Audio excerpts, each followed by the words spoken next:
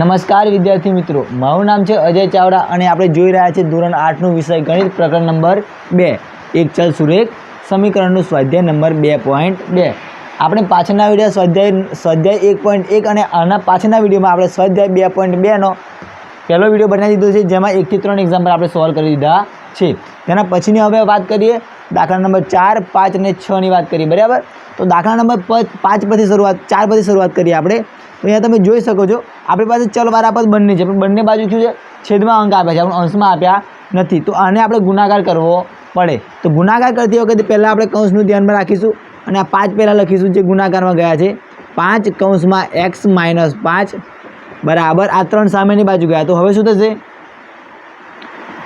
3 કૌંસમાં x - 3.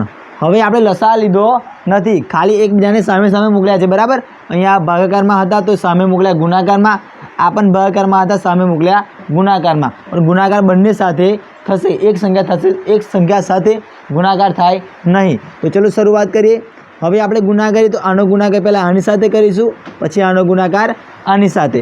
આનો ગુણાકાર આની સાથે એટલે કે 5x ઓછા આનો ગુણાકાર આની સાથે, પાછું 25 બરાબર. આનો ગુણાકાર આની સાથે, પછી આનો ગુણાકાર આની સાથે, આનો ગુણાકાર આની સાથે 3x, આનો ગુણાકાર આની સાથે 3 તરી 9. ચલો આગળ ગણીએ. હવે શું કરીશું? ચલવાળા પદ એક સાઈડ અને ચલવાળા પદ બીજી સાઈડ. તો આ પદને આપણે આ બાજુ લાવીશું અને આ પદને આપણે આ બાજુ લઈ જઈએ, એટલે કે 5x - 3x બરાબર ઓછા 9 અને વત્તા 25. આ 25 તો ના, ઓછા 9 તો આપણે હતા જ, અને આપણે પેલી બાજુ લઈ ગયા તો કેવા થઈ ગયા? પ્લસવાળા થઈ ગયા. હવે અહીંયા જુઓ, મોટામાંથી નાનાને બાદ કરો અને મોટાનું જે ચિહ્ન હોય એ ચિહ્ન આપણે લખવાનું, એટલે કે અહીંયા થઈ જશે 2x, અહીંયા થઈ જશે કહી દઈએ બાદ બાકી ઓછા 9, પણ 9 બાદ ના થાય કેટલા થઈ જાય? અહીંયા 15, અહીંયા થઈ જશે 1.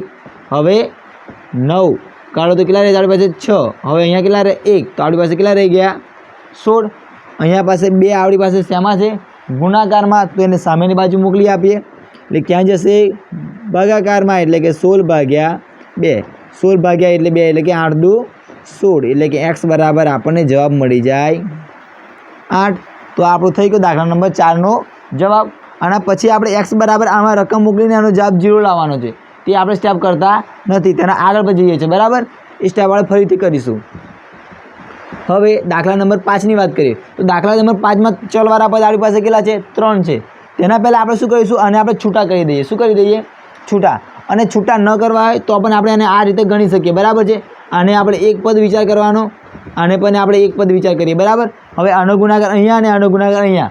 અહીંયા આપણે લસા લઈએ છીએ, જ્યારે આપણે અહીંયા લસા લીધો નથી, કારણ કે લસા લેવાની જરૂર નથી. અને અહીંયા ડાયરેક્ટ સામે મોકલવાના હતા. બરાબર છે, અહીંયા લસા ના લેવા, પણ અહીંયા લસા લેવો પડે. તો આને અહીંયા મોકલી ગુણાકાર કરી દઈએ. 3t - 2, આ માઇનસ અને આ 4 ગયા અહીંયા, 2t વત્તા 3. હવે આખાના છેદમાં થઈ ગયા 12 બરાબર. આ તો એવું એઝ ઇટ ઇઝ લખી દઈએ આપણે, અને -t.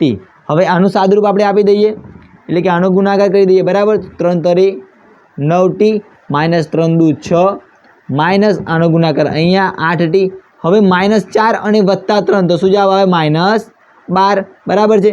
હવે આખાના છેદમાં આપણી પાસે છે 12 બરાબર 2/3 - t. As it is step આપણી પાસે છે અહીંયા. બરાબર, હવે ટી વાળા પદનું સાદુરૂપ આપો અને બંનેને ભેગા કરી દો. બરાબર, તો અહીંયા આપણી પાસે થઈ ગયા 9 ને 8, એટલે કે 9t વત્તાવાળા અને 8t ઓછાવાળા, એટલે આપણી પાસે રહેશે ખાલી t.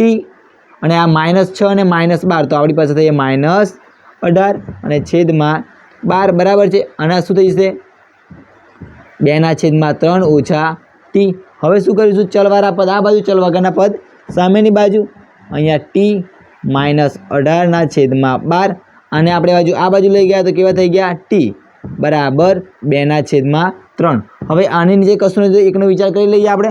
હવે ફરીથી આ રીતે જે પ્રમાણે લસા લીધો આપણે, તે જ રીતે આપણે આમાં પણ લસા લઈ લઈએ. ચલો જોઈએ શું થશે. આમાં 1નો ગુણાકાર આની સાથે, એટલે આનું હાથ થઈ જશે આપણી પાસે, અને ઓછા આ 12નો ગુણાકાર અહીંયા, તો 12t થઈ ગયા આપણી પાસે, અને આખાના છેદમાં થઈ ગયા આપણી પાસે 12 બરાબર 2/3. હવે અહીંયા ફરીથી સાદુરૂપ આપો, તો આપણી પાસે 1t અને ઓછા 12t. તો 12tમાંથી 1t ગયા તો 11t આપણી પાસે બાકી રહેશે, અને આપણી પાસે જે 18 હતા એ 18 અને છેદમાં 12. જો અહીંયા મોટી જે સંખ્યા આવે મોટી સંખ્યાનું ચિહ્ન આવે, મોટી સંખ્યામાંથી નાની સંખ્યા બાદ કરી દીધી, બરાબર છે. હવે અહીંયા જોઈ લઈએ આપણી પાસે કેટલા થઈ જશે, 2/3 તો આપણી પાસે છે જ, બરાબર છે. આને આપણે સામે મોકલી દઈએ, બરાબર છે. અને આને એઝ ઇટ ઇઝ રાખી લઈએ આપણે, એટલે 11t ઓછા 18 બરાબર 2 ગુણ્યા 12 ભાગ્યા 3, 3 ચોક 12, એટલે આપણી પાસે કેટલા રહ્યા ઉપર 4 ને નીચે અહીંયા કેટલા છે 2, તો લખી દઈએ આપણે 11t ઓછા 18 બરાબર આ બંનેનો ગુણાકાર એટલે કે 8 થઈ ગયા, બરાબર છે. હવે 18 છે ને સામેની બાજુ મોકલી આપીએ આપણે, એટલે કે -11t બરાબર 8 વત્તા 18. હવે 8 વત્તા 18 આપણે કરી દઈએ તો કેટલા થઈ જશે આપણી પાસે 24 અને આ 11, એટલે કે t બરાબર અહીંયા કેટલા થઈ ગયા 26 થઈ જશે. 26 ના છેદમાં આ 11 જતા રહ્યા, પણ કેવા -11, તો આપણી પાસે t બરાબર જવાબ થઈ જશે -26 ના છેદમાં 11. તો ચલો આ સાથે આપણે કરીએ વિડીયોની સમાપ્તિ. મળીએ છીએ કે નવા વિડીયોમાં, ના સોરી દાખલા નંબર 6 ગણી લઈએ પછી, બરાબર છે. ચલો દાખલા નંબર 6 ગણી લઈએ એકવાર. ચલો દાખલા નંબર 6માં અહીંયા જુઓ, અહીંયા આની નીચે કશું નથી, એકનો વિચાર કરી લઈએ આપણે. પછી આનો ગુણાકાર અહીંયા એટલે કે 2m. હવે આખાનો ગુણાકાર અહીંયા, પણ અહીંયા માઇનસ વાળું છે એટલે અહીંયા કૌંસ કરવો પડે આપણે, એટલે કે -m અને વત્તા 1. હવે આખાના છેદમાં થઈ ગયા આપણી પાસે 2. અહીંયા આપણે લસા લેવાની જરૂર નથી, બરાબર છે. m-2/3, કારણ કે આ ચલવાળું પદ છે એટલા માટે, બરાબર. હવે શું કરીશું, આનું સાદુરૂપ આપી દઈએ તો આપણી પાસે રહેશે m+1/2 બરાબર, અહીંયા કંઈ પણ નથી કરતા આપણે, એઝ ઇટ લખી દઈએ આપણે /3, બરાબર છે. આને ચલવાળા પદને આ બાજુ લાવો એટલે કે m+1/2, અને આ બાજુ લાવો તો કેવું થઈ ગયું આવું પ્લસ m-2/3, બરાબર છે, બરાબર 1.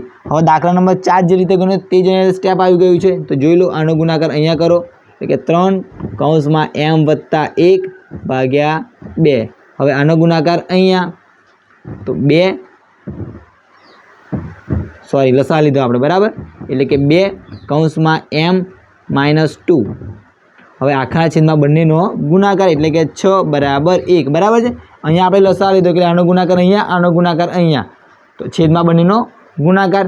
હવે શું કરીશું, આને અહીંયા ગુણીશું, પછી આને અહીંયા ગુણીશું, એટલે કે 3m વત્તા 3 વત્તા આનો ગુણાકાર અહીંયા, પછી આનો ગુણાકાર અહીંયા 2m -4, આખાના છેદમાં 6 બરાબર 1. 6 ને આપણે સામે મૂકી દઈએ એટલે કે 6 થઈ જશે, બરાબર. અને અહીંયા ચલવાળા પદનું સાદુરૂપ આપી દઈએ, એટલે 3m અને 2m કેટલા થઈ ગયા આપણી પાસે 5m, અને 3 ઓછા 4 એટલે કે -1 બરાબર. આ 6 ને આપણે સામેની બાજુ મોકલી દીધા એટલે કે થઈ ગયા આપણી પાસે 6. અહીંયા ભાગાકારમાં હતા તો સામે ક્યાં ગયા ગુણાકારમાં, 6 ગુણ્યા 1 બરાબર 6. હવે શું કરીએ, આને 1 ને સામેની બાજુ મોકલીએ એટલે કે 5m બરાબર 6 + 1, એટલે કે આને હવે ક્યાં મોકલીશું, આનું સાદુરૂપ આપી દઈએ 5m બરાબર 7. આ 5 શેમાં છે ગુણાકારમાં, સામે શેમાં જાય ભાગાકારમાં, એટલે કે 7/5. તો આ થઈ ગયો આપણો દાખલા નંબર 6 નો જવાબ. તો ચલો આપણે આ સાથે કરીએ વિડીયોની સમાપ્તિ. મળીએ છીએ એક નવા વિડીયોમાં. Bye bye.